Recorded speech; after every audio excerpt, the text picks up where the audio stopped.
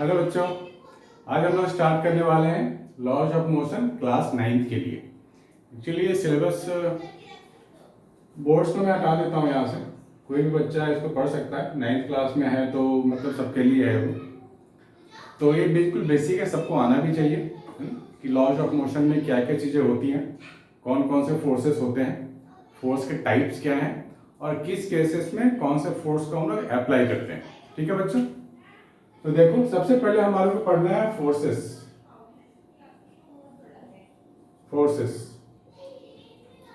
तो ये क्या चीज होता है फोर्सेस? बेसिकली ये फोर्सेस हैं दोज पुश और पुल, पुश और pull which can change the state of motion और स्टेट ऑफ रेस्ट, शेप या फिर साइज। किसी भी चीज को अगर ये चेंज कर पाता है तो उसको हम लोग फोर्स बोलते हैं, राइट। एनी पुश और pull which can change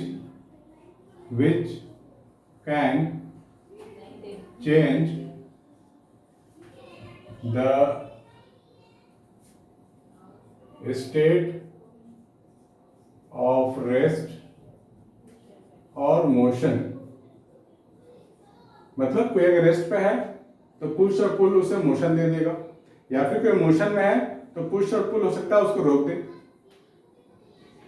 push और pull which can change the state of rest और motion, shape, size are called forces, right. ठीक है, तो ये फोर्सेस के टाइप्स क्या है? तो बेसिकली इसके टू टाइप्स हैं,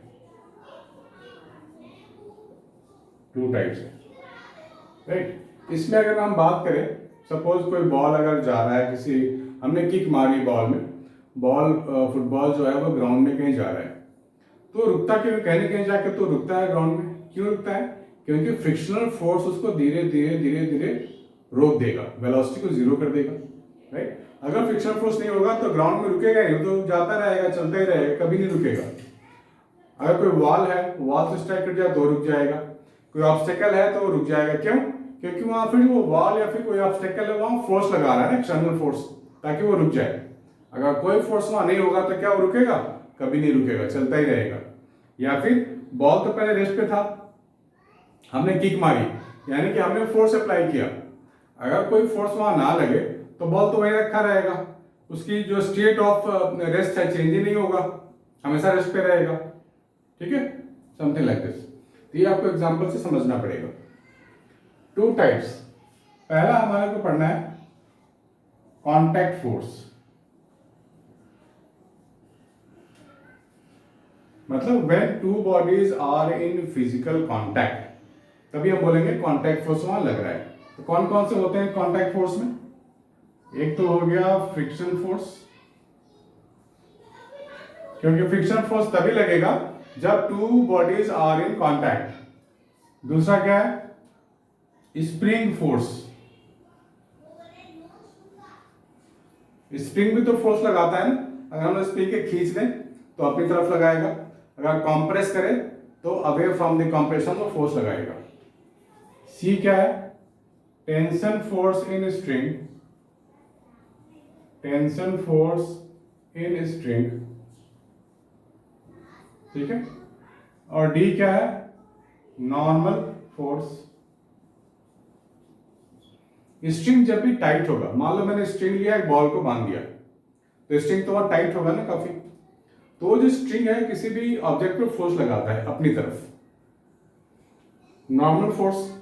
कोई भी ऑब्जेक्ट को हमने सरफेस पे रखा है तो सरफेस उस ऑब्जेक्ट पे फोर्स लगाएगा। फॉर एग्जांपल सपोज आपने बुक रखा है किसी टेबल पे, तो बुक पे जो फोर्स लगेगा उसे टेबल लगा रहा होगा, अपवर्ड फोर्स लगाएगा। नॉर्मल रिएक्शन फोर्स भी कॉन्टैक्ट फोर्स है ना। बुक आपने रख दिया टेबल पे, तो टेबल बुक पे कॉन्टैक्ट फोर्स लगाएगा ऊपर की तरफ, और जो बुक का वेट है वो नीचे लगेगा, दोनों फोर्स इक्वल होते हैं, तो वो बॉडी रेस्ट पे रहेगा, यानी कि वो बुक रेस्ट पे रहेगा। तो एक एक करके सारे करेंगे अभी डिस्कस हम लोग। और दूसरा जो फोर्स होता है, second force, no contact force. Force तो है लेकिन वहां कांटेक्ट नहीं है दोनों में, non contact force, non contact force. First इसमें लिखेंगे gravitational force, gravitational force. Second क्या लिखेंगे, इलेक्ट्रोस्टैटिक फोर्स। और थर्ड क्या लिखेंगे, मैग्नेटिक फोर्स। ग्रेविटेशनल फोर्स, जैसे अर्थ कीप रिवॉल्विंग अराउंड द सन, अर्थ और सन तो कांटेक्ट में नहीं है, बट स्टिल अर्थ क्या करता है, सन के चारों ओर घूमता रहता है। That is because of gravitational pull, gravitational force between sun and earth. Similarly moon also keep rotating around the earth, लेकिन मून और अर्थ से कांटेक्ट में है नहीं, वो तो बहुत दूर है, राइट। तो वहां बोलते हैं gravitational force of attraction. Electrostatic force, आपने सुना होगा इलेक्ट्रॉन और न्यूक्लियस। इलेक्ट्रॉन न्यूक्लियस के चारों ओर घूमता रहता है। इलेक्ट्रॉन क्या है, नेगेटिव चार्ज है, और न्यूक्लियस में पॉजिटिव चार्ज है प्रोटॉन के कारण, है ना। वहां भी कांटेक्ट नहीं है, but still electron keep revolving around the nucleus. या कोई भी आपने सुना होगा positive charge negative charge attract each other, right. तो वहां भी कांटेक्ट नहीं है, फिर भी वहां पे फोर्स है। तो चार्जेस जहां इन्वॉल्व होंगे, पॉजिटिव पॉजिटिव चार्ज रिपेल करते हैं, पॉजिटिव नेगेटिव चार्ज अट्रैक्ट करते हैं। तो जहां भी चार्जेस के बीच के फोर्सेस की बात होगी उसको बोलेंगे इलेक्ट्रोस्टैटिक फोर्स। थर्ड है मैग्नेटिक फोर्स। आपने देखा होगा मैग्नेट भी आयरन को अट्रैक्ट कर लेगा अपनी तरफ, वो तो काफी दूर होता है, कांटेक्ट में तो होता नहीं है, फिर भी वहां पे अट्रैक्टिव फोर्स लग रहा होता है ना। सो ये तीनों एग्जांपल हो गए नॉन कांटेक्ट फोर्स। तो अगर आप क्लास 11th में जाओगे तो सारे पढ़ने को मिलेंगे आपको, 12th में जाओगे तो ये इलेक्ट्रोस्टैटिक और मैग्नेटिक फोर्स भी मिलेगा। 11th में चारों फोर्स मिलेंगे +1, 5 फोर्सेस मिलेंगे 11th क्लास में। तो मैं एक एक करके एक्सप्लेन कर देता हूँ। फ्रिक्शनल फोर्स क्या होता है, whenever one body want to slide over the other, तो फ्रिक्शन कम्स इनटू एक्शन।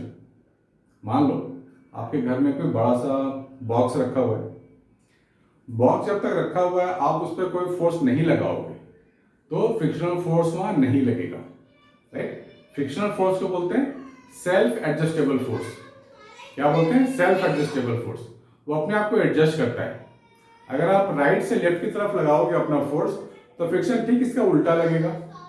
अगर आप लेफ्ट से राइट लगाओगे तो फ्रिक्शन अपनी डायरेक्शन चेंज कर लेगा और ठीक आपके ऑपोजिट वो फोर्स लगाएगा, ठीक है। That's the characteristics of frictional force.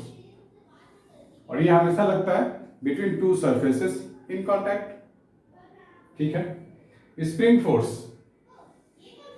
अगर कोई स्प्रिंग है मेरे पास ऐसा, मैंने इसको कंप्रेस किया बाय द अमाउंट x, तो ये फोर्स ऑपोजिट लगाएगा, कंप्रेशन के ऑपोजिट या फिर इलोंगेशन के ऑपोजिट, है ना। इसको बोलते हैं स्प्रिंग फोर्स। टेंशन फोर्स क्या है, कोई भी स्ट्रिंग है, यहाँ एक ब्लॉक हमने बांध दिया तो ये टेंशन फोर्स ऐसे लगता है, हमेशा बॉडी को पुल करके रखता है। और weight of this body always acts down, wait of the body always acts down. अगर ये दोनों फोर्स इक्वल है तो बॉडी हैंग ही रहेगा, कहीं नहीं जाएगा। लेकिन अगर mg ज्यादा हो गया टेंशन T से तो ब्लॉक टूट के नीचे आ जाएगा, राइट बच्चों। ये है tension force in the string. अगर स्ट्रिंग एनीवे स्ट्रिंग अगर लूज है या कट जाए उस केस में टेंशन T 0 लेते हैं, ठीक है। नॉर्मल फोर्स, नॉर्मल फोर्स के सबसे बेस्ट एग्जांपल है, ये कोई सरफेस है, यहां पे आपने कोई ब्लॉक रख दिया। देखो हमने तो एक चीज तो हमारे दिमाग में फिक्स होनी चाहिए कि weight of the body always acts down. और वेट क्या होता है, mass into acceleration due to gravity. ये सरफेस है कोई, तो ये जो हमने ब्लॉक रखा हुआ है सरफेस पे, इसका वेट कैसा लगेगा, नीचे लगेगा। वेट हमेशा ही नीचे लगता है, बॉडी को आप कहीं भी रखो कैसे भी रखो, वेट ऑलवेज एक्स डाउन। अब ये जो सरफेस है इस ब्लॉक पे कॉन्टैक्ट फोर्स लगाएगा ऐसा ऊपर, इसको बोलते हैं normal force. It always acts normal to the contact surface. अगर कोई ऐसा स्लोप है मेरे पास, यहां कोई ऑब्जेक्ट है, तो नॉर्मल फोर्स ऐसे दिखाएंगे, always perpendicular to the surface, ठीक। तो जो सरफेस एक्सर्ट करेगा on the block that is called normal force. इस केस में क्या है, अगर R is equal to mg है, दोनों अगर इक्वल है तब तो ये रेस्ट पे रहेगा।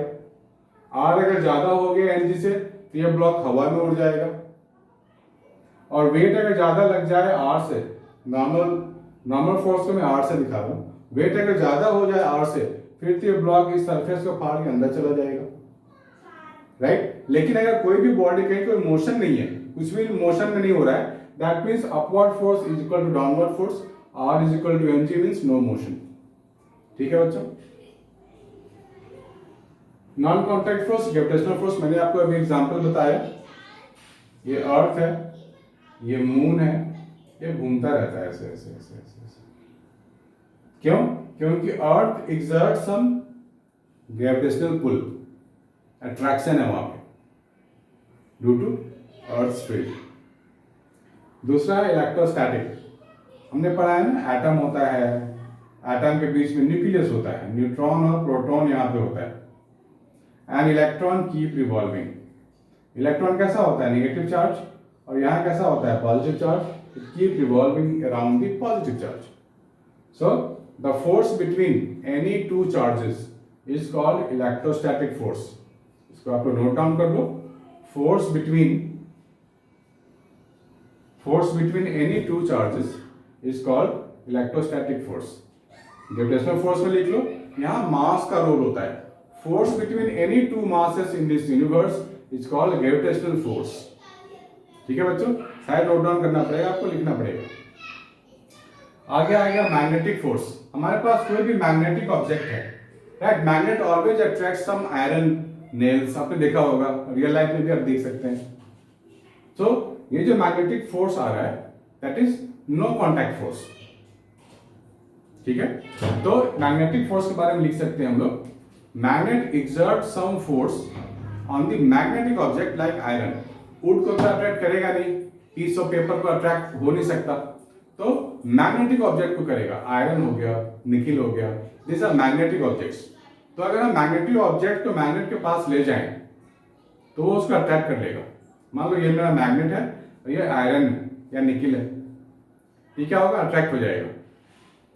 सो there is a force between magnet and magnetic object, magnetic material is called magnetic force. ठीक है बच्चों, ये सारे आप लोग नोट डाउन करो, फिर में हम लोग आगे बढ़ेंगे। उसमें हम लोग देखेंगे न्यूटन फर्स्ट लॉ क्या है, सेकंड लॉ क्या है, थर्ड लॉ क्या है, इसको नोट डाउन करो।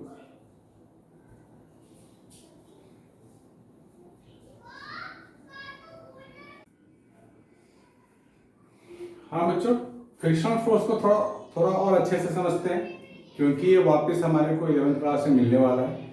अभी से समझ लेंगे तो अच्छी बात है, समझना काफी फायदेमंद होगा क्लास 11th में। ठीक है बच्चों, friction force, when a body slides और attempt to slide on the rough surface, then friction force comes into play and it try to oppose the motion of the body.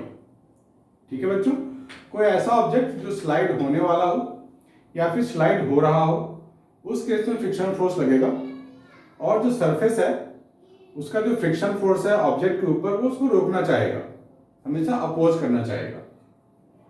मैंने 3 diagram draw किए हैं। Diagram 1 में देखो, ये कोई block है और ये कोई सरफेस है, टेबल कह लो। हमने पुश ऐसे लगा रहे हैं तो फ्रिक्शन देखो ऐसे लगेगा ना, अपोज द मोशन। और अगर पुश हम लोग ऐसे लगाएंगे तो फ्रिक्शन ऐसे, राइट। देखो फ्रिक्शन का डायरेक्शन चेंज हो गया। इसे मैंने यहाँ पे लिखा है friction force is self adjustable force to some extent, है ना। देखो सेल्फ एडजस्ट कर लिया उसने। इस केस में हमने कोई एक्सटर्नल फोर्स पुश या पुल लगाया ही नहीं है, तो फ्रिक्शन भी यहाँ क्या होगा, 0 होगा, है ना। तो जब बॉडी पे फोर्स लगे ही नहीं तो उस केस में हमेशा फ्रिक्शन विल बी 0। इसको नोट डाउन कर लो बच्चों, डायग्राम को भी नोट डाउन कर लो, हम लोग फिर आगे बढ़ेंगे।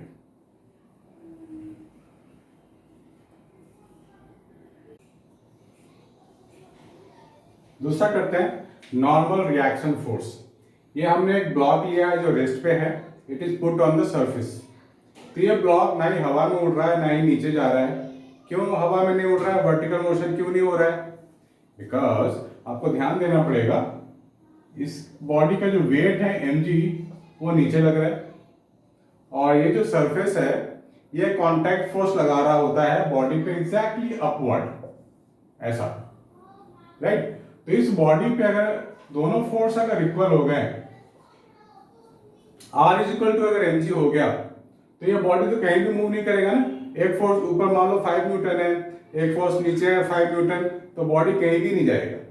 अगर इसका वेट ज्यादा हो जाए R से, तो ये बॉडी फिर नीचे चला जाएगा ना, जमीन को फाड़ के या सरफेस को फाड़ के अंदर चला जाएगा, right. But it rarely happens. तो यानी कि बॉडी कहीं भी नहीं जा रहा है, that means normal reaction force R is equal to weight of the body, right. तो इसको हम डिफाइन कैसे कर सकते हैं, लिख सकते हैं कि force applied by the surface on the object, force applied by the surface on the object which is push in nature, that is called normal reaction force. push है ना, इसको तो push मिल रहा है ऊपर की तरफ, ठीक है बच्चों। तो हम लोग यहाँ पर, आप जो मैं बोल रहा हूँ आप लिख सकते हो, वीडियो को पॉज करके देख सकते हो और लिख भी सकते हो। थर्ड है स्ट्रिंग फोर्स। कोई भी स्ट्रिंग है, यहां पे हमने किसी ऑब्जेक्ट को अगर बांध के रख दिया ऐसे, तो स्प्रिंग फोर्स को हम लोग टेंशन बोलते हैं। क्या बोलते हैं? Tension in the string. ये भी एक फोर्स है, न्यूटन इसका यूनिट है, tension in the string.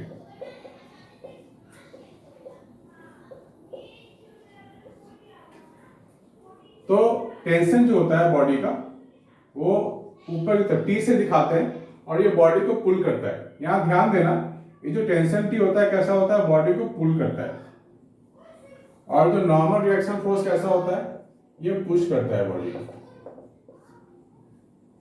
Contact force by the surface which push the body, और ये tension T force exerted by the string and to pull the body. इसका weight कैसा लगेगा, ऐसा नीचे लगेगा, हैंग होके इसको रखेगा। ये बॉडी कहीं भी नहीं जा रहा है, मूव नहीं कर रहा है, that means in this case tension T is equal to weight of the body. ठीक है बच्चों, इसको लिख लो आप लोग। तो जब भी हम लोग स्ट्रिंग की बात होगी तो टेंशन की बात होगी, और आपको ये भी ध्यान रखना है when string is loose, when string is loose, और यहां लिख लो when string is cut। यहां अगर कट कर दें तो T 0 लेंगे उस केस में, और अगर लूज है तब भी T 0 लेंगे हम लोग, tension T becomes 0। So the force exerted by the string to pull the body is called tension T in the string, right? Force exerted by the string to pull the body is called tension force in the string. Fourth लिख सकते हैं spring force, spring force. तो spring force हमेशा oppose करता है compression को या फिर इलोंगेशन को। The force exerted by spring when it is compressed or elongated is called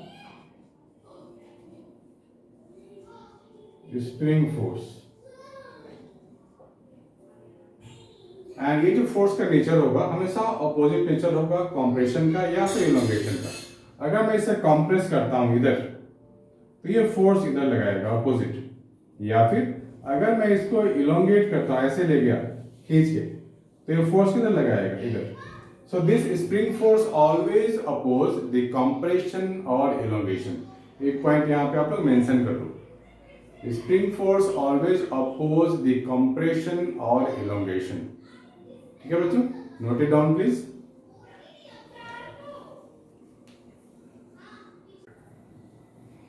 हाँ बच्चों, आगे देखते हैं non contact force.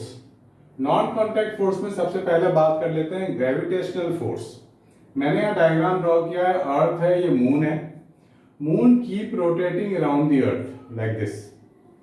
They are not in contact. ये बहुत बड़ा डिस्टेंस है इनके बीच में, right? Huge distance, you can't imagine that, but still moon is under force of this earth. तो यहां लिख लो सबसे पहले, gravitational force is always attractive, always attractive, है ना, पॉइंट नंबर 1। दूसरा लिख लो, gravitational force depend upon mass, right? इन दोनों के मास पे डिपेंड करेगा।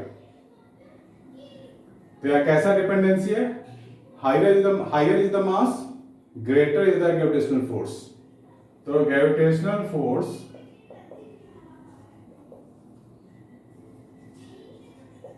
is higher if the mass is greater. Mass कम, ग्रेविटेशनल फोर्स भी कम। थर्ड बात, तीसरी बात क्या लिखें? If the distance is higher, gravitational force become lower. लिख लो, if the distance between two masses are higher then gravitational force become lower। ठीक है बच्चों, इसका हमें ध्यान रखना है, तो इसका आपको नोट डाउन कर लो, और इसके जो कैरेक्टरिस्टिक्स है ये भी आपको पता होनी चाहिए। आगे कर लेते हैं electrostatic force. Electrostatic force, electrostatic force always exist, always acts for charges. जहां भी चार्ज इन्वॉल्व होगा वहां पर होगा इलेक्ट्रोस्टैटिक फोर्स। जहां पर प्लस माइनस चार्ज होगा, इलेक्ट्रोस्टैटिक फोर्स बिकम्स अट्रैक्टिव। जहां प्लस प्लस या माइनस माइनस होंगे, सेम चार्ज होंगे, वहां फोर्स कैसा होगा? रिपल्सिव। तो यहां लिख सकते हैं, like charge is repel and unlike charges attract.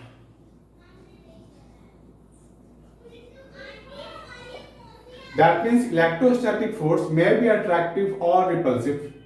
यहां लिख लो, electrostatic force EF लिख रहा हूं, may be attractive or repulsive। ये किस पे डिपेंड करेगा? It depend upon charges। higher charge, more electrostatic forces। higher charge, higher electrostatic force। ठीक है, और ये डिस्टेंस पे भी डिपेंड करेगा। more distance, lesser value of electrostatic force। यहां लिख लो, more distance,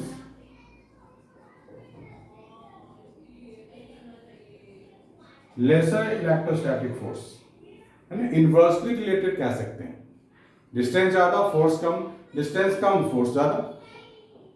ठीक है बच्चों, इसका एग्जांपल भी ले सकते हैं हम लोग। इलेक्ट्रोस्टैटिक फोर्स, ये हो गया न्यूट्रॉन प्रोटॉन, न्यूक्लियस हो गया, अब ये इलेक्ट्रॉन का पाथ हो गया, electron keep revolving like this. तो इनके बीच क्या है? इलेक्ट्रोस्टैटिक फोर्स ऑफ अट्रैक्शन है।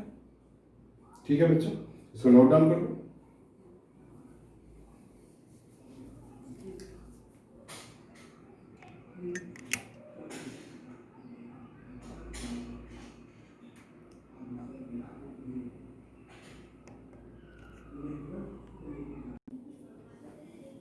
नेक्स्ट है हमारे पास magnetic force.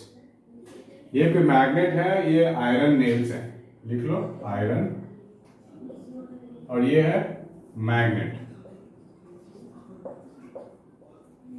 So this iron got attraction from this magnet and it will keep moving and ultimately strike, right? And in case of two magnets, if they are placed like this, south pole, north pole, then they try to attract each other. When the poles are same, south, south, then try to repel each other, right? That means unlike poles attract, आप लिख सकते हो यहाँ पे unlike poles attract, like poles repel.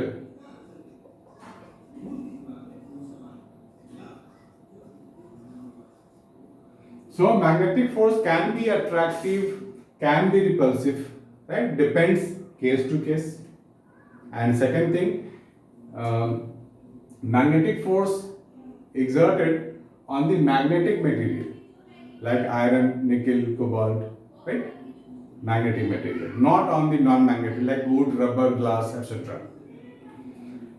So यहाँ पे distance matter करेगा, distance ज्यादा तो मैग्नेटिक फोर्स कम हो जाएगा, ठीक है? तो ये कैरेक्टरिस्टिक्स आपको बेसिक कैरेक्टरिस्टिक्स है, ये हमें आनी चाहिए, ठीक है? मुझे इसको नोट डाउन करो, ब्रिज डायग्राम।